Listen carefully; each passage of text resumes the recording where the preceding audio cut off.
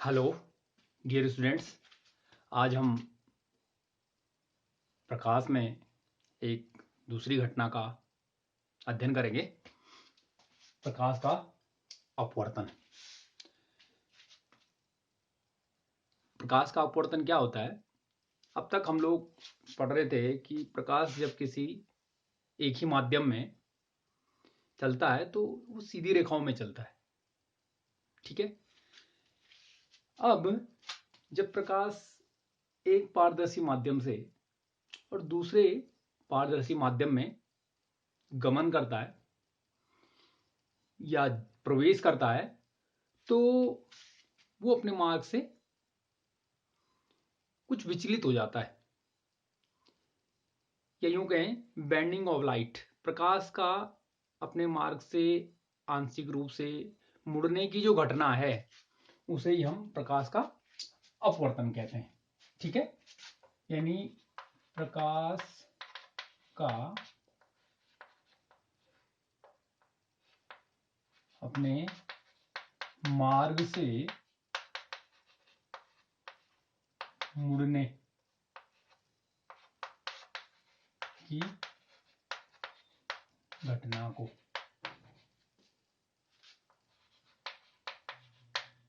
प्रकाश का अपवर्तन कहते हैं। ये घटना कब? जब प्रकाश एक पारदर्शी माध्यम से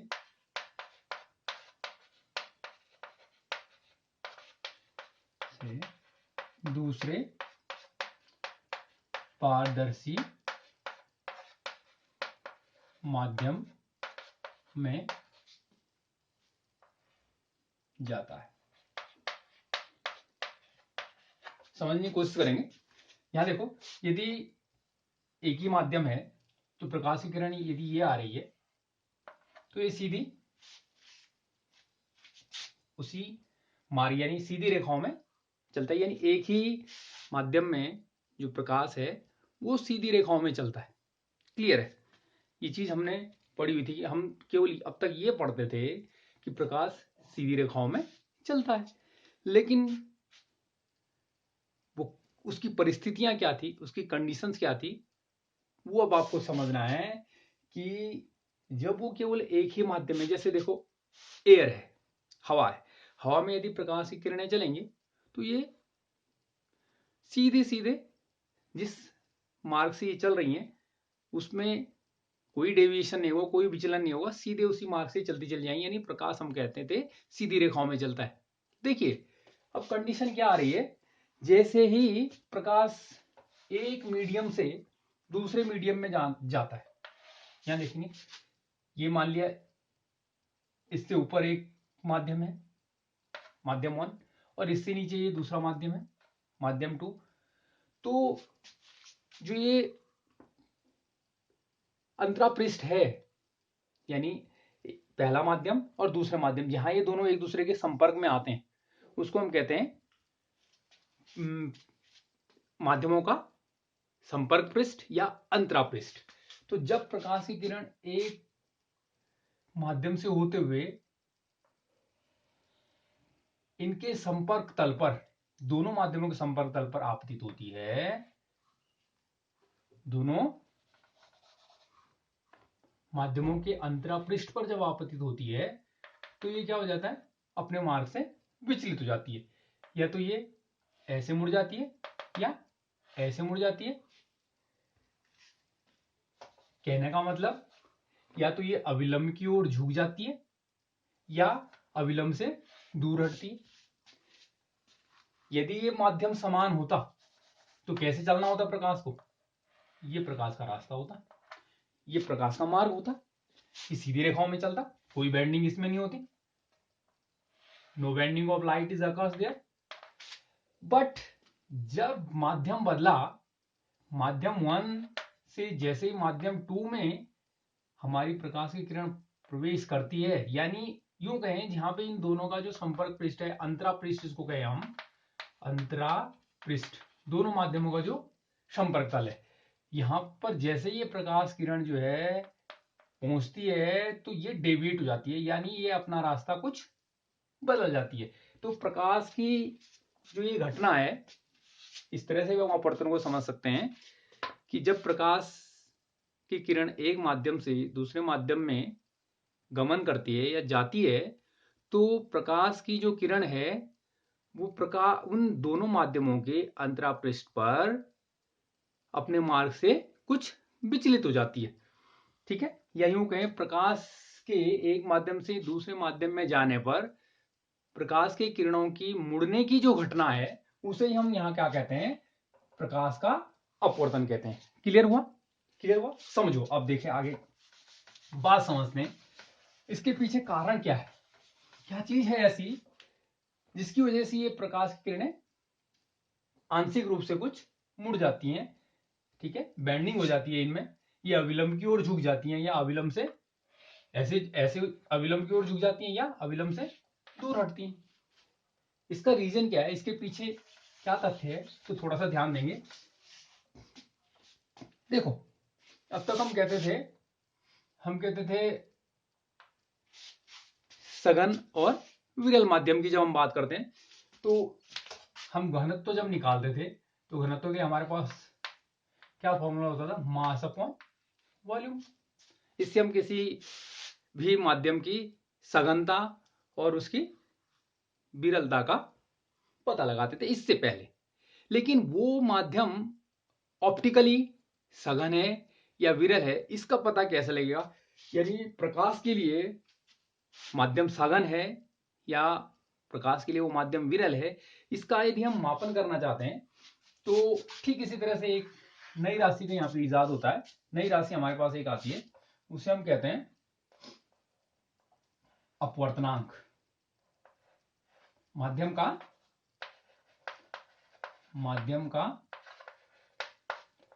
अपवर्तनांक या अपवर्तनांक है ये, फिर माध्यम का ही होगा वो अपवर्तनांक, यानी रिफ्रैक्टिव इंडेक्स। ये क्या फैक्टर है, देखो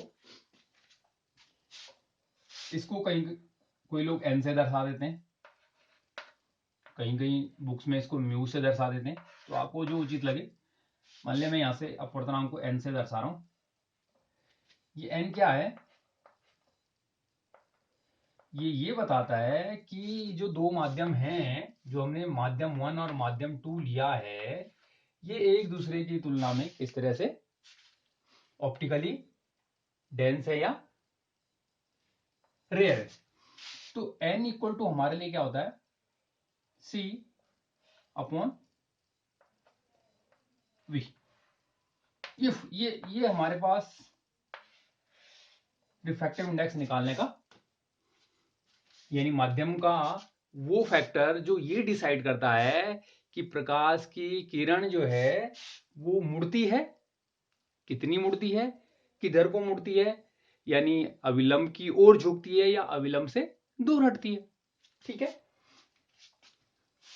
यानी इन माध्यमों की प्रकाश के लिए जो सघनता है और जो विरलता है उसको बताने वाली जो भौतिक राशि है वो हमारे पास क्या है, अपवर्तनांक। ठीक है, देखो ये अच्छे से समझेंगे। मान लिया हमारे पास ये दो माध्यम है, ये माध्यम 1 और ये माध्यम 2। ठीक है, माध्यम 1 हमने कहा यहां पे कुछ नहीं है, निर्वात है। ठीक है ना, तो यहां प्रकाश की जो चाल है निर्वात में मान लिया कितनी होती है, हमें मालूम है c है, c चाल से प्रकाश चल रही है। और ये जो दूसरा माध्यम है इसमें प्रकाश की चाल क्या है, कुछ v है। तो इन दोनों का यदि हम अनुपात निकालेंगे तो n क्या निकलेगा, c अपॉन v।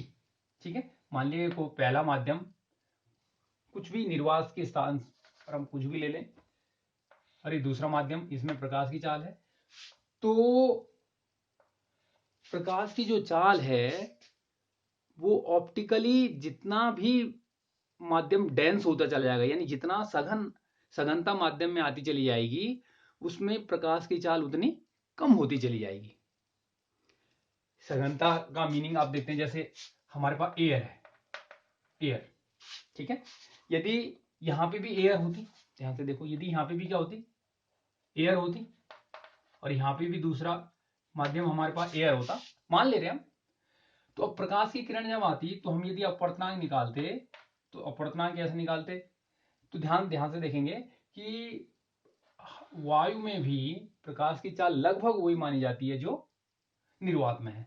तो पहला भी एयर है, हमने कहा सी, ठीक है, या यहां निर्वात ले लो, दूसरा हमने कहा ये क्या है, एयर है, तो N इक्वल टू सी, और इसमें भी लगभग सी, यहां निर्वात ले लिया मान लेते, और यहां हमने एयर ले लिया, तो इसमें भी प्रकाश की चाल उतनी है जितनी इसमें, तो C अपॉन सी कितना आ गया, 1।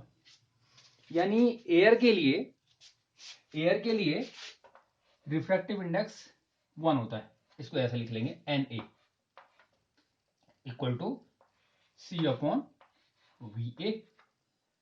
क्लियर हो गया।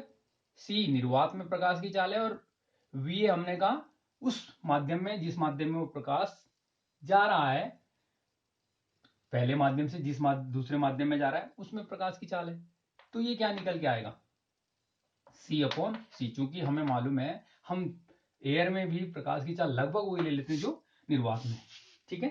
तो इसको कहते हैं हम लोग निरपेक्ष अपवर्तनांक। इसको क्या कहते हैं, वायु का निरपेक्ष अपवर्तनांक, जब हम निर्वात की तुलना में नहीं, जब भी हम किसी भी मीडियम का अपवर्तनांक क्या लेंगे,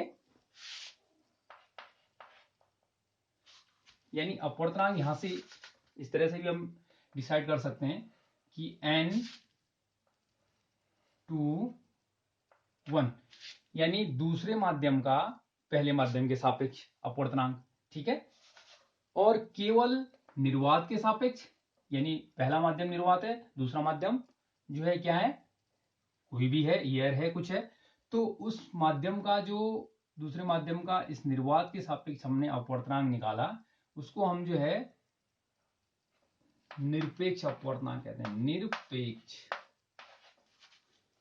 अपवर्तनांक, निरपेक्ष अपवर्तनांक बहुत इंपॉर्टेंट है समझना ये, ठीक है। एब्सोल्यूट रिफ्रैक्टिव इंडेक्स, क्लियर हो गया।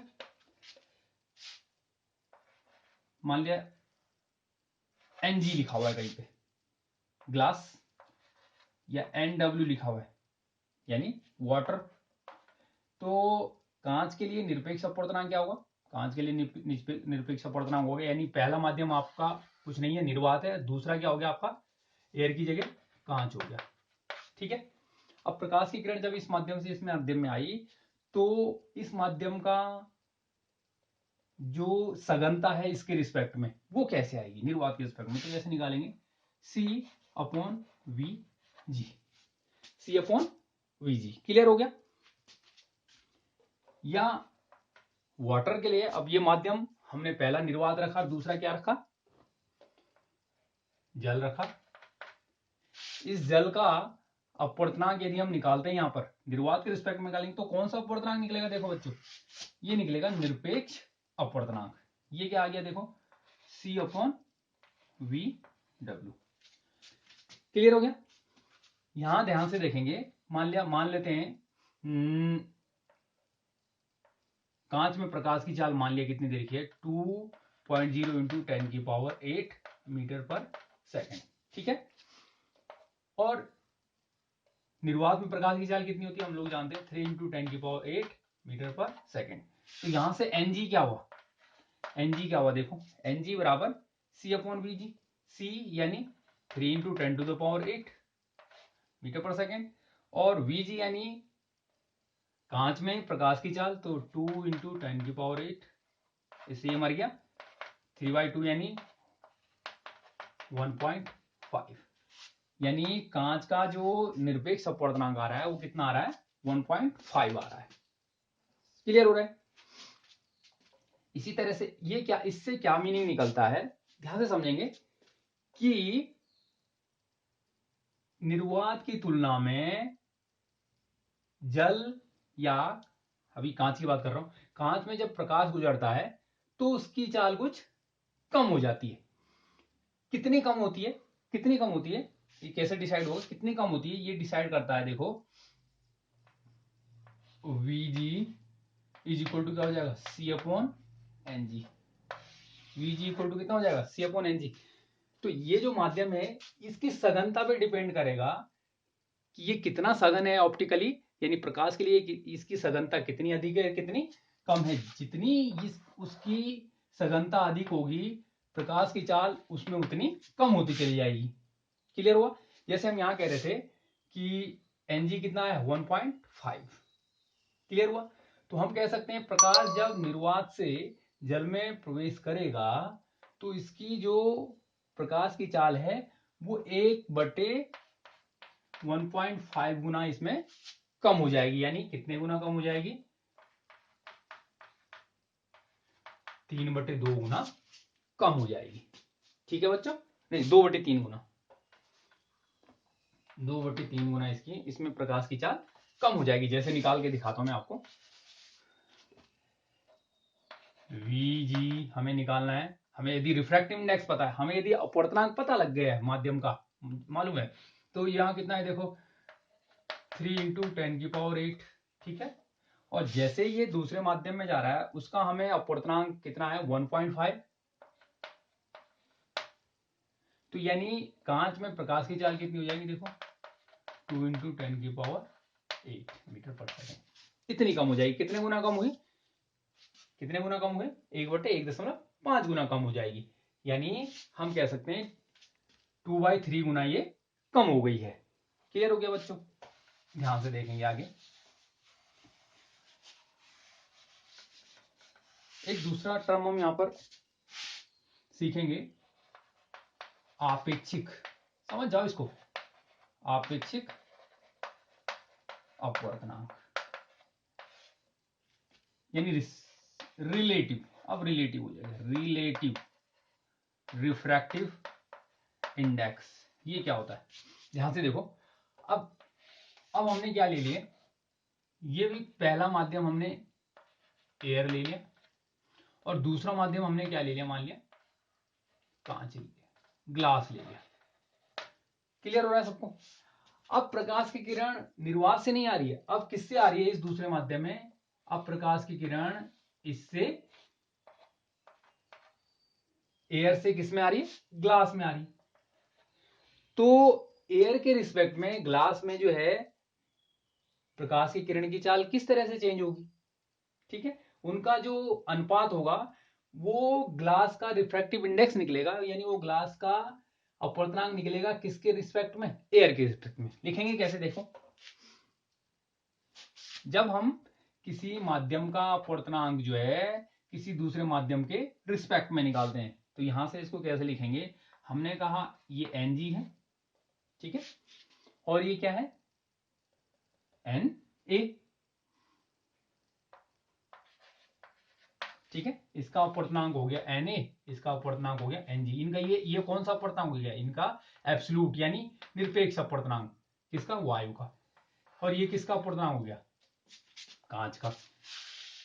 तो यदि मुझे कांच का अपवर्तनांक किसके रिस्पेक्ट में निकालना है, वायु के रिस्पेक्ट में निकालना है, तो इसको हम लोग कैसे व्यक्त करते हैं, एन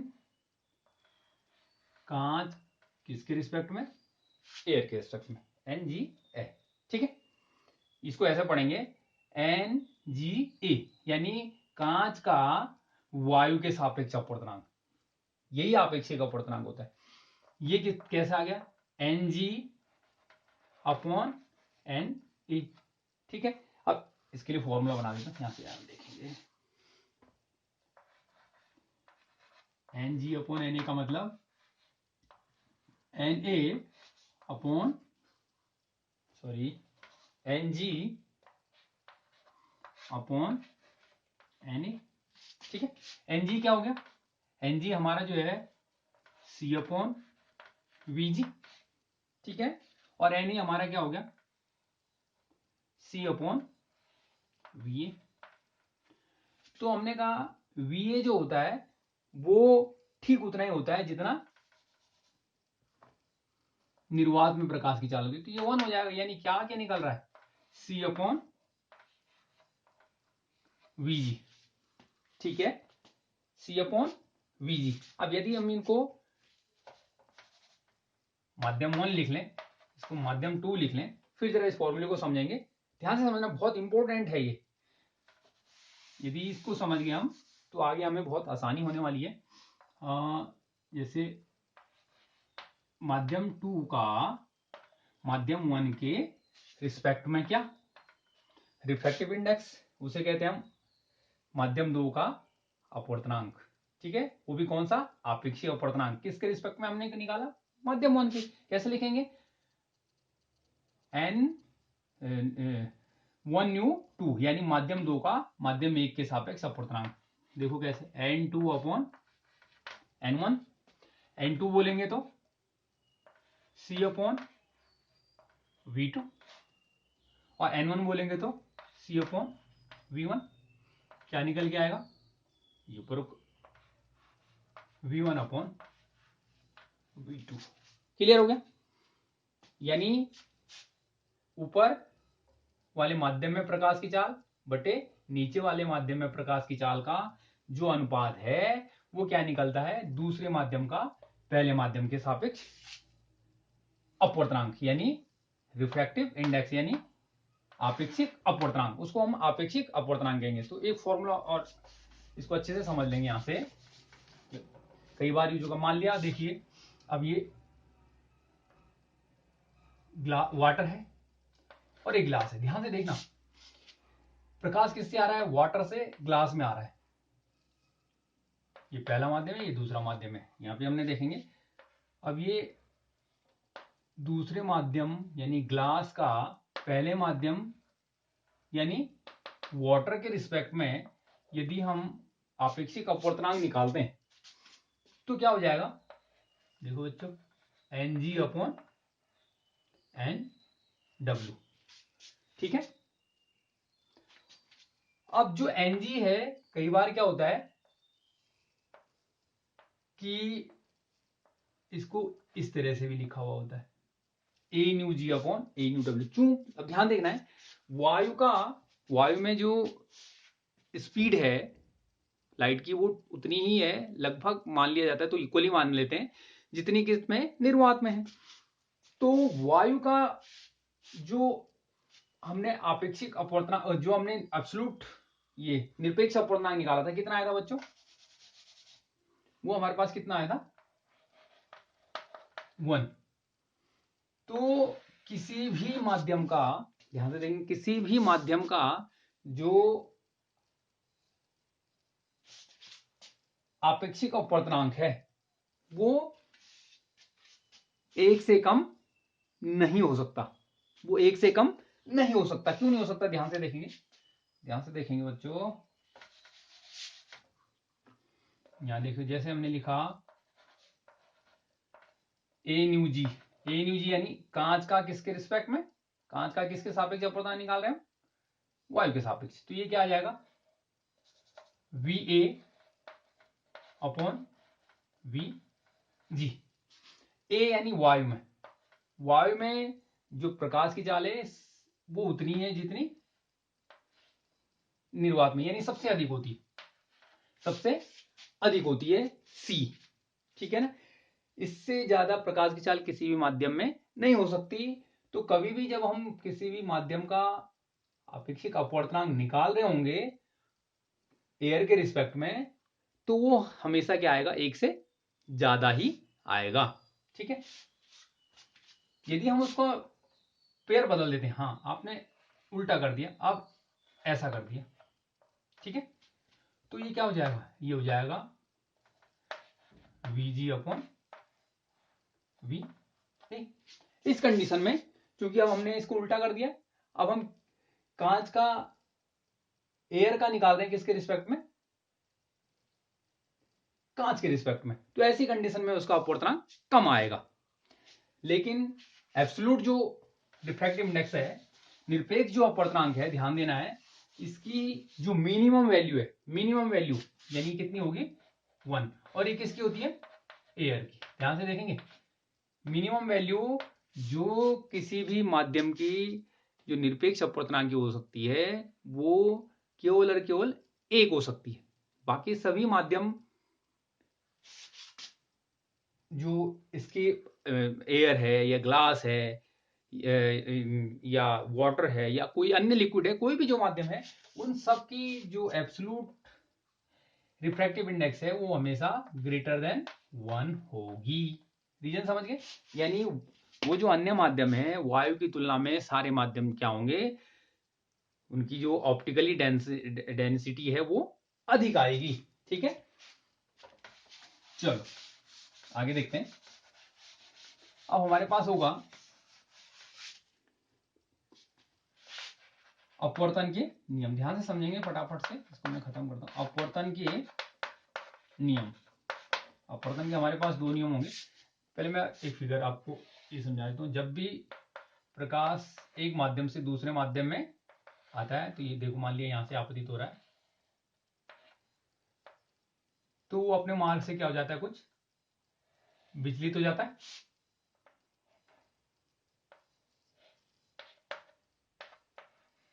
या तो वो अविलंब की ओर झुकेगा या अविलंब से दूर हटेगा। ये किस बात पे डिपेंड करता है, यदि ये दूसरा माध्यम सघन है, किसके रिस्पेक्ट में, इस पहले माध्यम के रिस्पेक्ट में।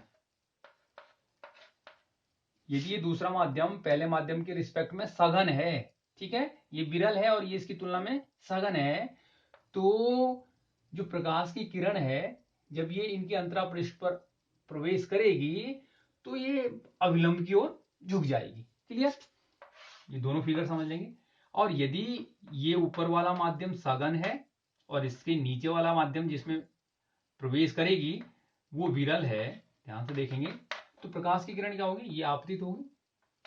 तो एक्चुअल यदि सेम मीडियम होता तो ये सीधी निकल जाती, ऐसे ही चलती। लेकिन सघन से जब विरल में प्रकाश की किरण चलती है तो अंतरा पृष्ठ पर ये क्या हो जाती है, अविलंब से दूर हटती है। देखो इसका मार्ग इस तरह से, ये जो डेविएशन, ध्यान से देखना, ये जो अपने मार्ग से ये डेविएट हो रही है, यहां से ये चल रही थी, ऐसा जाना था, इसको ऐसे जाना था लेकिन मुड़ गई, बेंडिंग ऑफ लाइट। यहां से इसको ऐसे जाना था, मुड़ गई। अब कब अविलंब की ओर झुकेगी, कब अविलंब से दूर हटेगी, इसका भी अब कॉन्सेप्ट क्लियर कर लीजिए कि विरल से जब सघन में प्रकाश की किरण जाएगी तो वो अविलंब की ओर झुकेगी। रीजन क्या है, रीजन वही है, रीजन इसमें प्रकाश की जो चाल है वो इसकी तुलना में कम हो जाती है। ठीक है, यानी अपवर्तन का यदि रीजन आपसे कोई पूछे, अपवर्तन का कारण क्या है, प्रकाश की चाल का भिन्न भिन्न माध्यमों में भिन्न भिन्न होना। ठीक है, क्लियर हो रहा है? प्रकाश की भिन्न भिन्न माध्यमों में चाल भिन्न भिन्न होना ही अपवर्तन का मूल कारण है। ठीक है, जैसे प्रकाश की किरण एक माध्यम से दूसरे माध्यम में जाएगी तो प्रकाश की क्या हो जाती है, चाल बदल जाती है। चाल बदल जाती है तो वो अपने रास्ते से थोड़ा सा डेविएट हो जाती है, अपने रास्ते से थोड़ा सा विचलित हो जाती है। ये तो अपवर्तन है, ये जो बेंडिंग ऑफ लाइट है यही तो अपवर्तन है। ठीक है, तो पहला नियम ध्यान से देखेंगे। पहला नियम क्या बोलता है कि जो प्रकाश की किरण आपतित किरण, अब हम इसको कौन सी किरण कहेंगे, क्योंकि ये अपवर्तन के पश्चात निकली है। आपतित किरण, अपवर्तित किरण और ये अविलंब, ये तीनों एक ही तल में होते हैं। ठीक है, आपतित किरण, ये लगभग परावर्तन जैसा नियम है। आपतित किरण, अपवर्तित किरण तथा अविलंब। अविलंब भी कहां पर खींचते हैं, आपतन बिंदु। अविलंब तीनों एक ही तल में होते हैं, बहुत इंपॉर्टेंट। यानी इस तल में यदि प्रकाश की किरण आएगी तो इसी तल में अपवर्तित होगी। ऐसा नहीं कि इधर को या पीछे को, डायरेक्शन नहीं बदलेगी, उसी तल में आएगी, इसी तल में प्रकाश की किरण आएगी। जैसे देखो ये है माध्यम, समझो ये माध्यम है, या यूं समझो ये है तल, ये तल है, तो प्रकाश की किरण ऐसी आएगी तो ऐसी ही अपवर्तित होगी। ठीक है, ऐसे नहीं अपवर्तित हो सकती, तो इसे कहते हैं हम वो हमेशा एक ही प्लेन में होती है, सेम प्लेन में होती है। ठीक है, दूसरा बड़ा इंपॉर्टेंट नियम है। ठीक है, मैं इसको क्लियर कर देता हूं, साफ कर देता हूं, हटा देता हूं। तो उस नियम को हम, आधार है वो अपवर्तन का, मैं डिटेल से यहां से समझा रहा हूं दोबारा से। दूसरा जो नियम हमारा है, बड़ा इंपॉर्टेंट नियम है,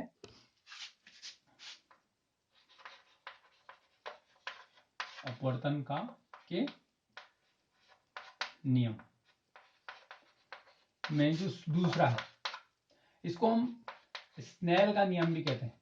स्नेल का नियम बहुत इंपॉर्टेंट है, समझ लीजिए इसको, ये आधार है पूरे हमारे अपवर्तन का, स्नेल्स लॉ। ठीक है, देखो प्रावर्तन की हमने नियम का, तो पहला नियम लगभग इसी तरह से था, आपतित किरण, परावर्तित किरण और आपतन बिंदु पे अवलंब तीनों एक ही तल में होते हैं, यहाँ पे भी लगभग। अब दूसरा चीज हमने क्या कहा था कि वहां पे आपतन कोण और जो परावर्तन कोण है वो सदैव बराबर होते हैं। ठीक है, आपतन कोण और परावर्तन कोण सदैव बराबर होते हैं। तो यहाँ पे कोशिश की गई, यहाँ पे देखा गया कि ऐसी क्या चीज है जो यहाँ पे इक्वल होगी किसी भी पेयर ऑफ मीडियम्स के लिए। यानी जब हम दो, ध्यान से देखेंगे, दो पेयर ऑफ मीडियम, तो एक जोड़ा लिया हमने दो माध्यमों को।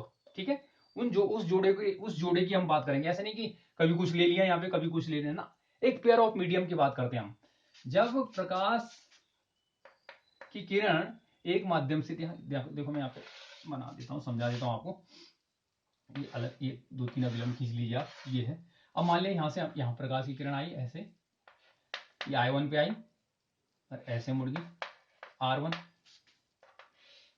यहाँ I2 कोण, ये I2, I3, ठीक है, R3, किसी तरह के अलग अलग एंगल है, इसको हम कहते हैं आपतन कोण। पहले भी इसका यही नाम था, ये सब आपतन कोण है, I1, I2, I3, और ये क्या हो गए, अब अपवर्तन कोण बन गए, R1, R2, R3। ठीक है, ये जो पेयर ऑफ मीडियम है हमारा, ये सेम है। ठीक है ना, तो काफी अध्ययन किया गया, फिर एक कंक्लूजन निकाला, स्नेल ने कहा कि जब जो है दो माध्यम है, किन्हीं भी दो माध्यमों के लिए प्रकाश जब पहले माध्यम से दूसरे माध्यम में प्रवेश करता है, तो उनके लिए जो आपतन कोण है उसका यदि हम साइन ले लें, यानी साइन आई और साइन आर, यानी पहले हमने ये I1 लिया, R1 लिया, यानी I1 के लिए R1 इस तरह से एडजस्ट होता है अपने आप ही इन दो माध्यमों के लिए, इन दो माध्यमों के जोड़े के लिए, कि उनका जो अनुपात है हमेशा वो क्या आता है, कांस्टेंट आता है, साइन I2। यानी R2 की वैल्यू इस तरह से प्राप्त होगी हमें हमेशा sign I3 upon sine R3। I1 हमने कोई एंगल लिया, I2 हमने कोई एंगल लिया, I3 हमने कोई एंगल लिया, आपतन कोण लिया प्रकाश की किरण का, तो R1, R2, R3 इस तरह से अपने आप एडजस्ट होंगे कि इनका जो अनुपात है ये इन दोनों माध्यमों के लिए हमेशा क्या मिलेगा आपको, नियत। हमेशा क्या मिलेगा, नियत। क्लियर हुआ बच्चों, इस कोण को हम कितना भी चेंज कर लें, I1, I2, I3, I4, जो कितने भी हम वेरिएशन प्राप्त कर लें, लेकिन अपवर्तन कोण इस तरह से हमको प्राप्त मिलेगा इन दो माध्यमों के लिए कि ये जो इनका आपतन कोण का ज्या और अपवर्तन कोण का जो ज्या है, इसका जो रेशियो आएगा हमेशा वो कांस्टेंट आएगा, नियत आएगा। ध्यान से देखना, बहुत इंपॉर्टेंट नियम है स्नेल का, आपने पहले भी पढ़ा हुआ है। यानी sine I upon sine R, चाहे यहां ले लीजिए चाहे यहां ले लीजिए, यहां आई है ये आर है, इसका जो रेशियो है वो हमेशा क्या होता है भाई, नियत होता है, नियतांक होता है, कांस्टेंट होता है।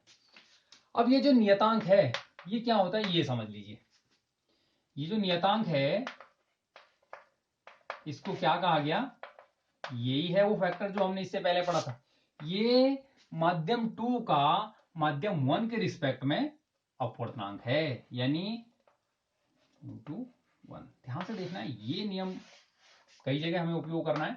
यानी इसको मैं क्या लिख सकता हूं, N2/N1, यानी जब एक माध्यम से दूसरे माध्यम में प्रकाश की किरण जा रही है तो इस दूसरे माध्यम का पहले माध्यम के सापेक्ष जो अपवर्तनांक होता है वो नियत रहता है इन दोनों पेयर्स के लिए, चाहे हम प्रकाश की किरण को किसी भी एंगल पर इस पर आपतित क्यों ना करा लें।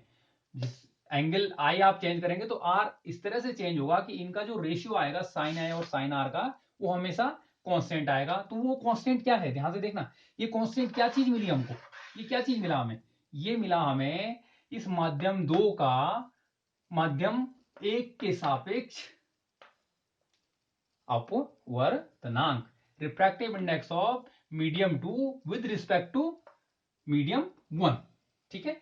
और ये क्या रहेगा, कांस्टेंट। हाँ, माध्यम बदल देंगे, यहां पे मान लिया हमने वायु लिया था, यहां पे हमने कांच लिया, अब हम यदि यहां पे जल ले लेंगे, ठीक है, यहां कांच रहने देंगे तो क्या अब भी सेम रहेगा, नहीं, इन दोनों के लिए सेम रहेगा, जल और कांच के लिए एक जैसा आएगा हमेशा, लेकिन वायु और कांच के लिए, जल और कांच के लिए डिफरेंट हो जाएगा। इसलिए किसी एक पेयर ऑफ मीडियम के लिए जो साइन आई और साइन आर का जो रेशियो आता है वो हमेशा कांस्टेंट आएगा। इसे हम कहते हैं स्नेल्स लॉ। ये अपवर्तन का दूसरा नियम है, ठीक है ना। इस तरह से हम नेक्स्ट आगे इसमें और भी कुछ डिटेल से अध्ययन करेंगे अपवर्तन का। अभी आज के लिए इतना ही, ओके।